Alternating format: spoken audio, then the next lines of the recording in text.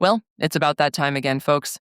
Grand Traverse County is going to be starting their new budget January 1st, 2026. The budget is going to be presented to the county commissioners on Wednesday, December 17th, 2025.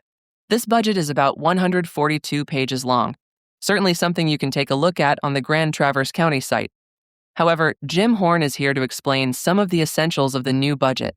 So let's listen to Jim with a short conversation about the new budget.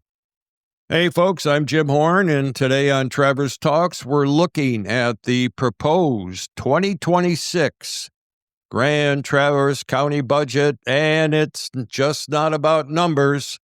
I didn't want to go into the weeds on this podcast, but I think you need to understand some of the numbers, and that's what I'm going to give you, some of the numbers. This is about a 5-minute podcast.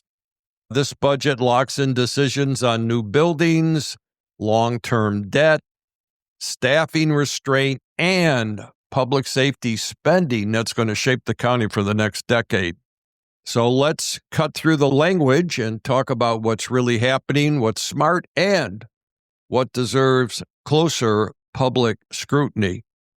I looked at the initial PDF that's going to be presented on Wednesday, and it's about 142 pages. It's really pretty extensive. So I wanted to whittle this thing down and give you some what I think are important numbers. And if you want to go to the county page, you can do that, and you'll see the whole breakdown, all 142 pages. Anyway, where does the money come from? The county's financial strength continues to come from property taxes. In 2026, the county expects $38.4 million in property tax revenue, and that's up more than $3 million from last year. But here's the key point.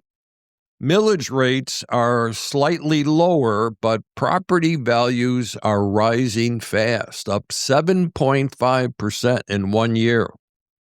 And we all know that housing in Traverse City is really not affordable any longer. So even with the rate reductions, residents are still paying more, and that's really growth-driven revenue, right? Not policy restraint.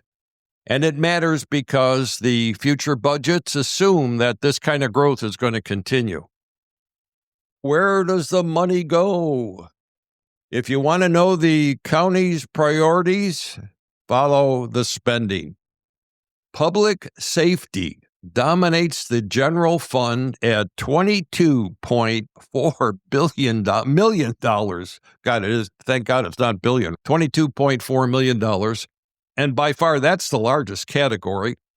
And the next big number is easy to overlook. And that's $14.3 million, and that's in transfers, mostly to cover debt, pensions, and long-term liabilities. This is the cost of past decisions coming due. And then you're going to add in general government operations, courts, and legislative functions, and you see a county increasingly balancing today's services against yesterday's obligations. But here's the real story, and we've been reporting on this for the past few months.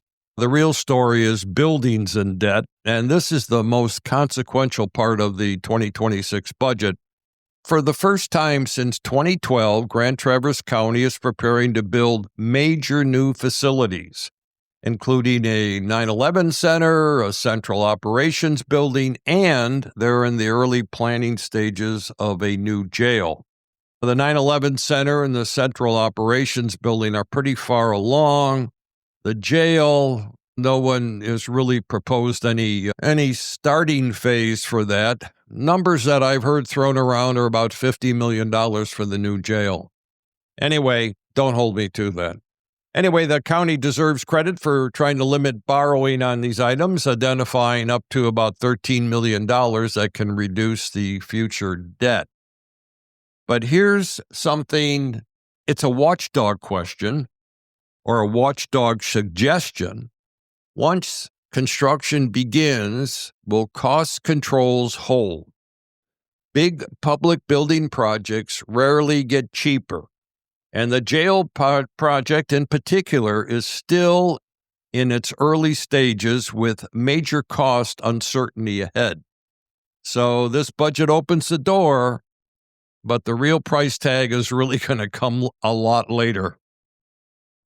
Good news on the staffing front. There is staffing restraint and possibly service pressure. Despite growth and the new facilities, the county is holding the line on staffing. Departments were told to scale back non-essential requests. The health department is even freezing 5 positions. And at the same time, the county is paying $3.9 million toward pension bond debt, contributing $1.4 million to employee retirement, covering retiree health obligations, and approving cost of living increases for the county employees. So we're going to see that balance between workforce stability and service pressure is fragile. You don't like to step up to a counter at the county building and wait 15 minutes to get service. It's something the residents are going to feel if the demand rises faster than the staffing. And there are a couple of quiet changes that affect you, although we have reported on these. First, a county-wide point of sale septic inspections are to begin January 1, 2026. That's a real cost and responsibility for homeowners tied to water protection. Now, I want to make this perfectly clear. That's when you are going to sell your property. And that went into effect. That was discussed a lot on the podcast. And I would suggest you go back and listen to prior podcasts, and you'll get some ideas of exactly what the inspections are about and how many feet you have to be away from the water, etc.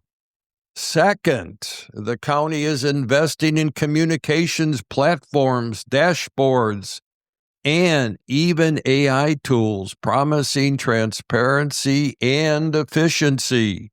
These tools are only as good as the information they share and how clearly it's explained to the public. Okay, here's the takeaway. The 2026 budget is really financially disciplined on paper, but it commits the county to some very major projects with long tails. It's going to rely on continued growth, restrained staffing, and tight cost control. And those are things that require constant public oversight. So don't be afraid. If you see something remiss, make your public comment known at the county commissioners meeting. And this budget isn't the end of the conversation. It's really the starting gun, January 1st, 2026.